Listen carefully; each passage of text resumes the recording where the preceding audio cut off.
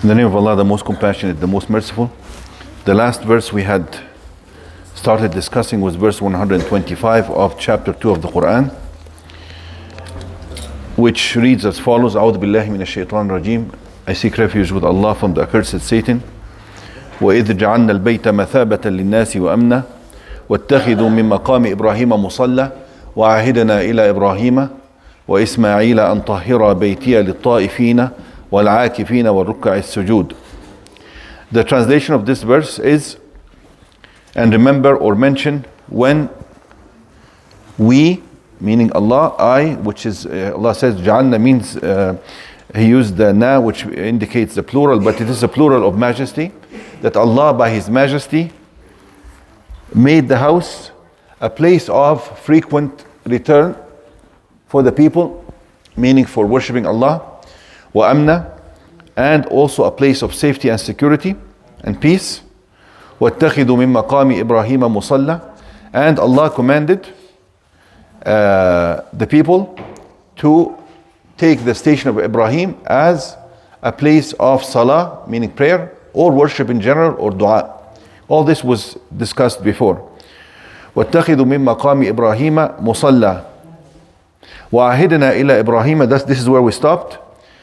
وَعَهِدْنَا إِلَى إِبْرَاهِيمَ, and Allah charged Ibrahim and entrusted him and Ismail أن طهر بيتي, to purify and cleanse the house.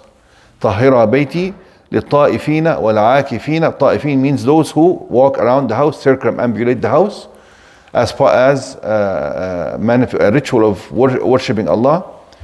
والعاكفين, and those who seclude themselves in the house of Allah to worship Allah and reflect upon Allah's names and attribute and majesty and so on.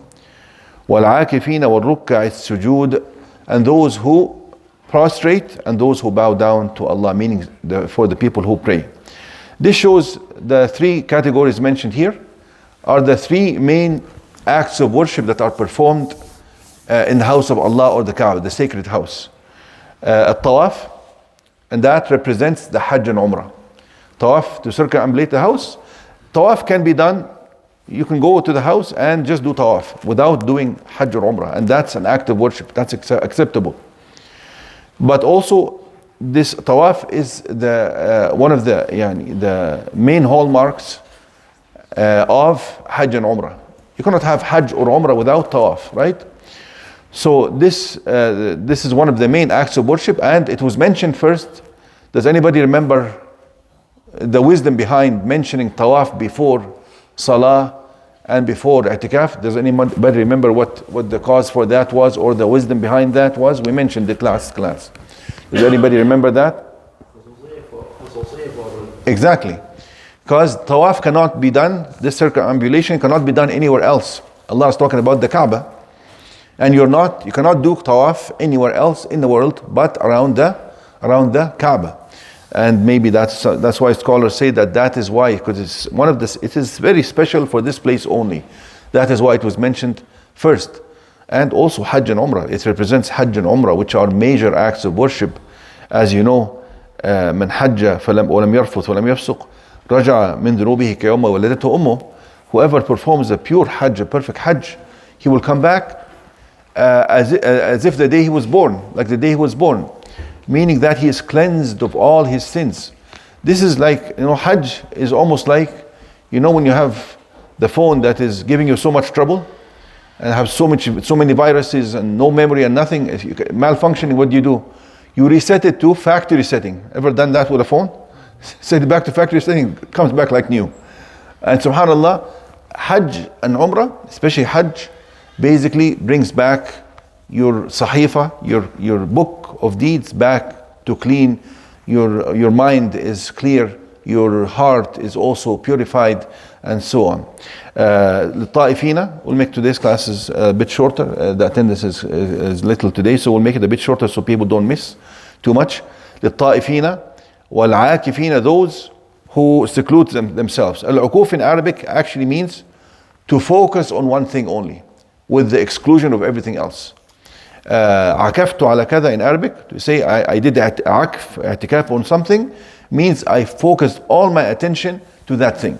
And this shows that the true meaning of i'tikaf, if somebody wants to do i'tikaf, is to be there, not to socialize too much or to eat too much, but to focus on worshiping Allah and dhikr and salah and so on. وَالْعَاكِفِينَ. So that's the second kind of act of worship that is also related to the house, but i'tikaf can also be done anywhere else. And ruku' and sujood can also be done in all other masajid. Actually, you can look at that. Tawaf can only be done there. I'tikaf can be done there, of course, primarily, but in all other places of worship. Ruku' and sujood can be done where? Everywhere, right? Everywhere. So, subhanAllah, the verse is perfectly ordered in that way in mentioning these three forms. لِلطَّائِفِينَ وَالْعَاكِفِينَ. And Allah says, used wa ta'ifina. Tawaf is one thing, wa, and akifina is something different. And then when it came to ruku' and sujood, he didn't use a waw between the two. Wa rukka as-sujud. And ruku' comes before sujood. You can see ruku' is mentioned first and then sujood after that. Wa rukka as-sujud.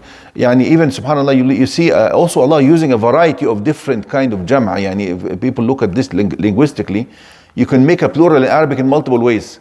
In English, you can only make plural usually in one way. Like if you say dog, you say dogs. You don't have any other forms of making different kinds of plural. But in Arabic, there's different ways of making plural. There's jam'a mudhakkar salim, at-ta'ifin wal-aakifin. And then you have al-rukka. This is called jam'a taksir. Okay,